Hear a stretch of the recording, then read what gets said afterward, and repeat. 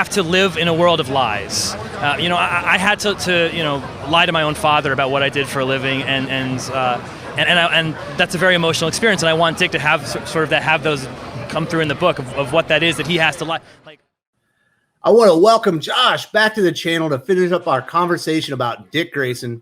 How you doing today, buddy? I'm doing pretty good. I'll talk about Dick Grayson anytime, so I'm happy to do it. All right, so yesterday we talked about what makes Dick Grayson a great character, in some of his best story arcs. But not every writer gets the character just right.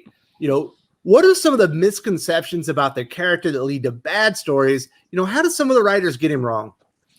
A lot of the bad Dick Grayson stories, Tom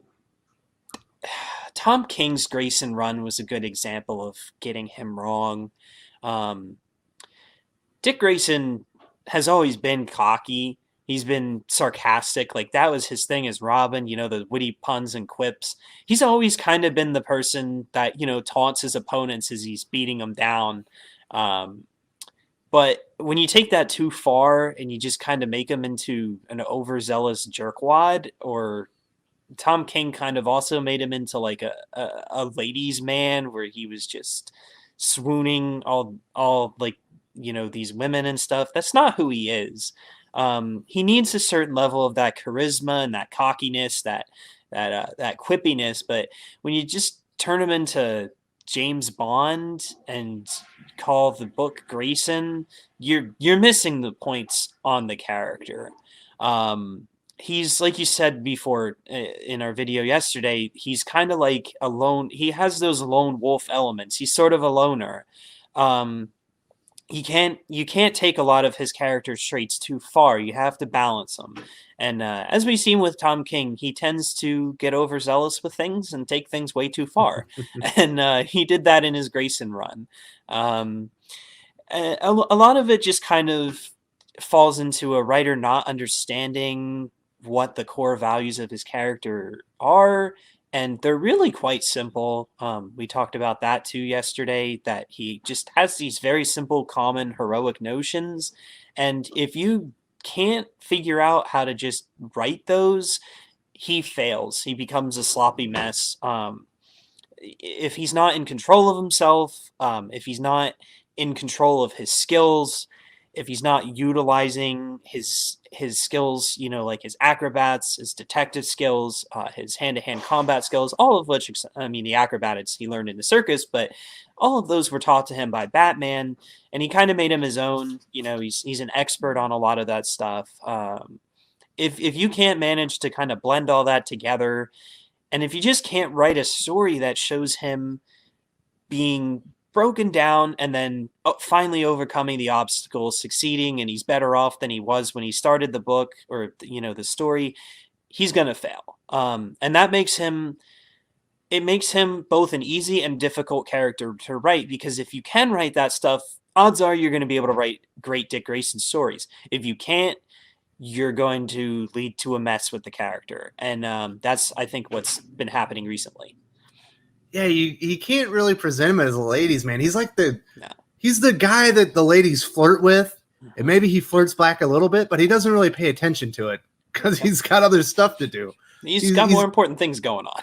he's not a womanizer. He's not at all. Yeah, so that's funny that I haven't read Tom King's Grayson run, but I don't intend to. Don't read it. It doesn't surprise me that make him a womanizer. That's not Dick Grayson at all. Tim Seeley's a little guilty of that, but he kind of had him settle down with one partner in Bloodhaven, so I was okay with it once he did that. It didn't end well, but it was like, okay, you're having him settle down with one woman. This is good. I'm okay with that.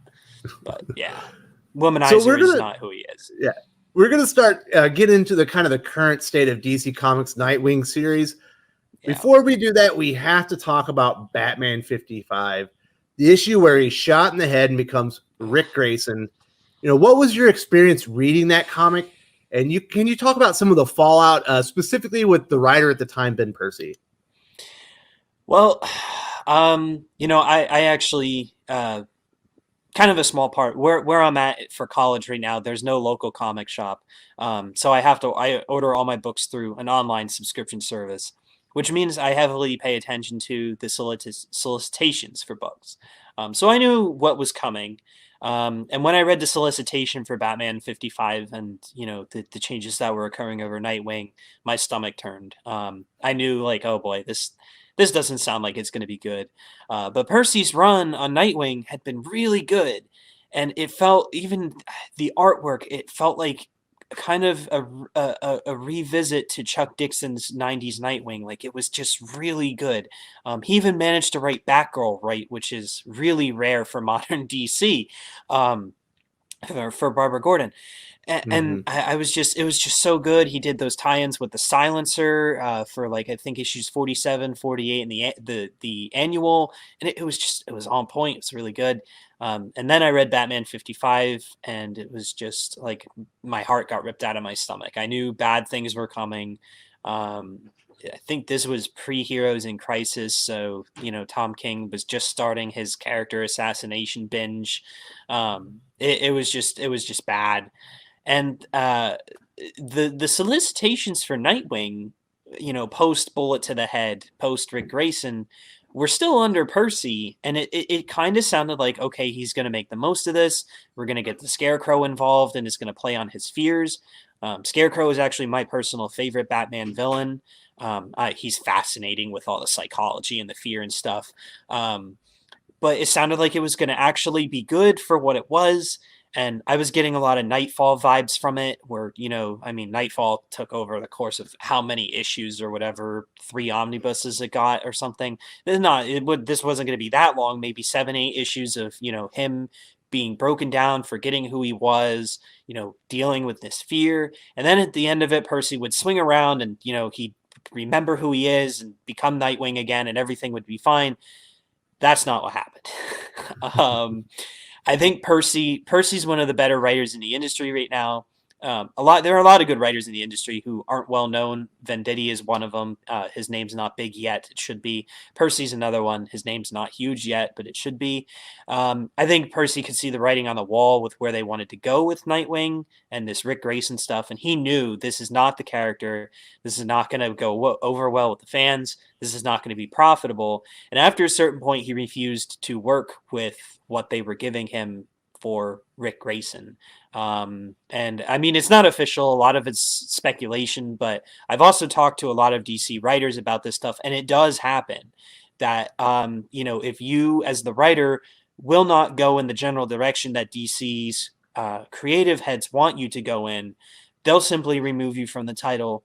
Those stories you had on, planned, which Percy had Nightwing stories, I believe he has stated he had about a year's worth of stories planned. They just get left on the table and you're gone.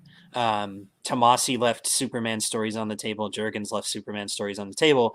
Percy had to leave Nightwing stories on the table because he did not agree with where they were going with the character. And he was right. If they would have listened to him, we might not be in the situation with the character that we are right now.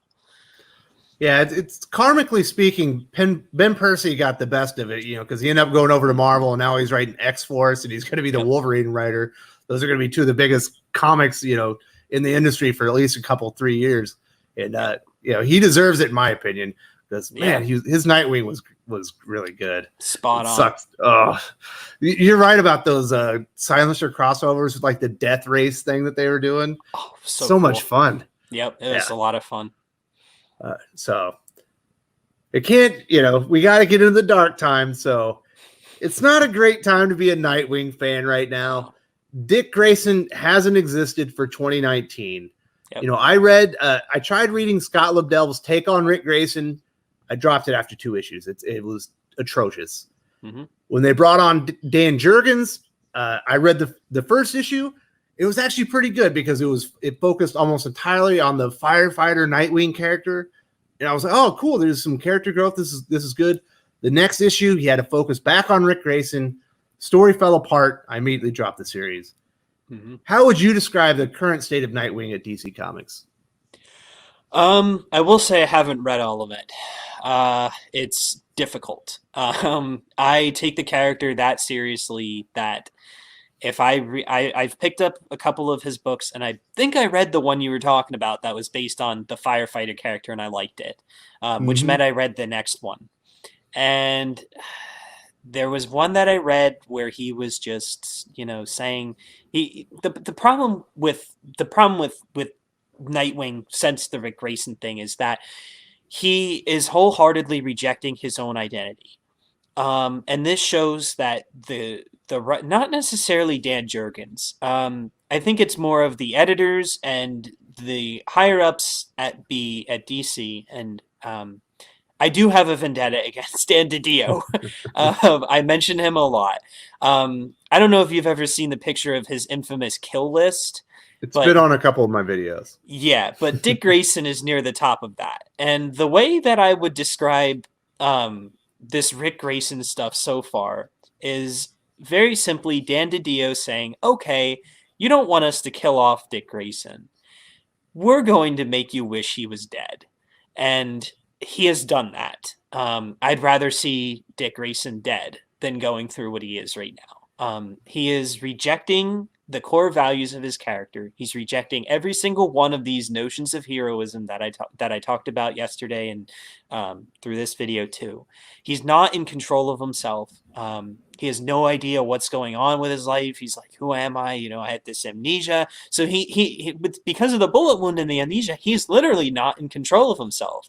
And it just boggles my mind because we've seen Batman go through this before at the end of the New 52 run with when I think it was called Endgame, right? When after the Gordon Batman stuff and Bruce came back, he had that final confrontation with Joker and he was supposed to be dead. But, he had that amnesia too. But of course it was Scott Snyder's Batman, so he had prepared for that. And he had this machine that basically rewrote his brain to say, okay, if I ever forget how to be Batman, this machine will rewrite it onto my brain. And I'm just like, you don't have something like that for Grayson? And to me, it doesn't only look bad on the character of Grayson for rejecting these values and the core of who his character is, it looks bad on the rest of the Bat family, including Bruce, Alfred, Damian, Barbara, Jason, all of them. This was like their brother, especially Bruce, that they're not going to him and saying, this is who you are. Remember who you are. You are this great hero. You are Nightwing. You led the Teen Titans. You took over for Bruce when Bruce was presumed dead with Final Crisis. It's just ignoring all of that. They're just turning him into this complete rejection of his own identity. They're having him reject being a hero. He said, like, I don't want this. I just want a normal life. That's not Dick Grayson. He's not going to say, I want a normal life. That's selfish. Dick Grayson's not selfish. He's none of these things that they're writing into his character right now. It's just terrible. It's just rejecting 30 years of his work as Nightwing with Marv Wolfman and Chuck Dixon and Kyle Higgins and Sam Humphries and Ben Percy, all these writers that did such great work to build this character up. They're just systematically tearing it down. You're seeing a lot of that at DC lately, which is really absolutely bad. So do you want to hear some good news about something Ben Percy did for DC Comics and they probably didn't even know it when he did it? Sure, go ahead. So what happened in the Worm story arc? What did Worm do to Dick Grayson that was never solved? He downloaded his brain.